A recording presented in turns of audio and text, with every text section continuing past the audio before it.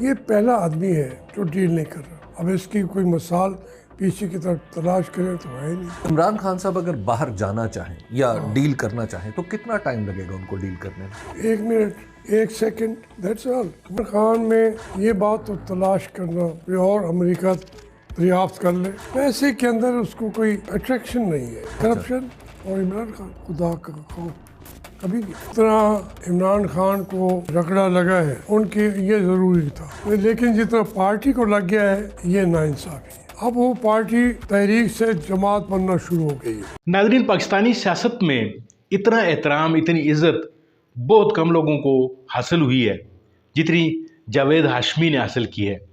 اور پھر یہ عزت اس وقت دگنی ہو گئی تھی جب انہوں نے پی ٹی آئی جوائن کی. آپ کو یاد ہوگا وہ جلسہ جس میں جب یہ نعرے لگتے تھے کہ ایک باغی آدمی ہاشمی ہاشمی، تو پھر عوام کا جوش و خروش جو ہے وہ دگنا ہو جایا کرتا تھا. ناظرین کرام، پھر وقت نے ایسی کروٹ بھی لی کہ جاوید ہاشمی صاحب پی ٹی آئی کو خیر آباد کہہ گئے. پھر اس کے بعد سیاست میں کئی اتار چڑھاؤ آئے.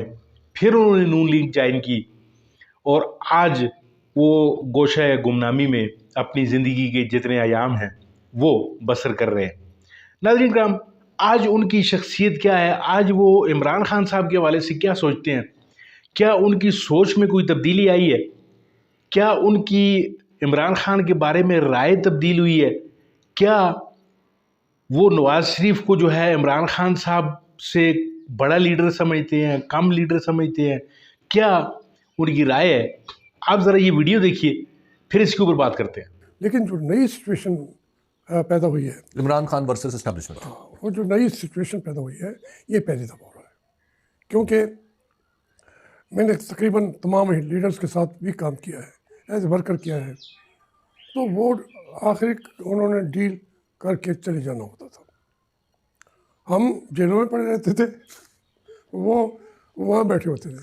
یہ پہلا آدمی ہے جو ڈیل نہیں کر رہا. اب اس کی کوئی مثال پیچھے کی طرف تلاش کریں تو ہے نہیں. ایکسٹریم کی بات، نواز شریف کو انہوں نے کہا کہ آپ کو گولی مار دیں گے، انہوں نے پھر مار دیں. لیکن اس کے فوراً بعد ڈیل کی اور باہر چلے گئے. ہم تو یہ جو عمران خان ہے اس نے خود کو اپنے آپ کو پیش کرتے ہیں، یہ جنگ کسی نے نہیں لڑی، یہ میں نے لڑنی. عمران خان صاحب اگر باہر جانا چاہیں یا ڈیل کرنا چاہیں تو کتنا ٹائم لگے گا ان کو ڈیل کرنے میں؟ 1 منٹ 1 سیکنڈ دیٹس آل. وہ کیا انہوں نے ماننا ہے جس کے بعد وہ ڈیل ہو جائے گی؟ دیکھیں، ماننا یہی ہے کہ وہ تو اقتدار بھی دیتے ہیں. ڈیل کرنے کا مطلب یہ ہوتا ہے کہ آپ کو ہم نے مہربانی کر کے چلے جائیں، خواہ باہر چلے جائیں، ملک میں بیٹھے رہیں، ہم چیزوں کو مینیج کر لیں گے اور آپ کو اقتدار بھی مل جائے گا. پھر وہ اقتدار ویسے ہی ہوگا جو میاں نواز شریف کا ہے.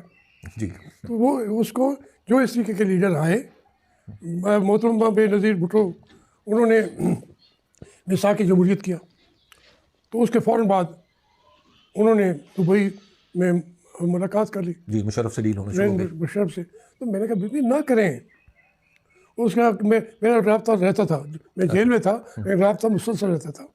تو اس نے کہا کہ یہ کڑوی دوا ہے، یہ ہمیں لینی پڑے گی. میں نے کہا بیبی یہ کڑوی دوا نہیں ہے، یہ زہریلی گولی ہے، آپ کے لیے یہ زہریلی گولی ہے. انہوں نے کہا کہ اب ہم نے راستہ تو چلنا ہے. تو جب آپ فوراً آگے جا کے کمپرومائز کر لیں.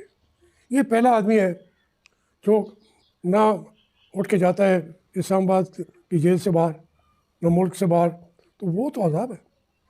یہ بتائیے، ان کے اوپر کئی طرح کے مقدمات ہیں، اور اگر مسلسل دیکھا جائے تو انہیں جن مقدمات میں سزا ہوئی ان میں ایک سزا تھی کہ ان کی عدت کا معاملہ تھا، پھر ایک سزا تھی کہ توشہ خانہ سے انہوں نے کچھ سامان لیا تھا، اور اب جو سزا ہے وہ ملی وہ 14 سال کی، وہ ان کی اور ان کی بیگم صاحبہ کو بھی ملی ہے.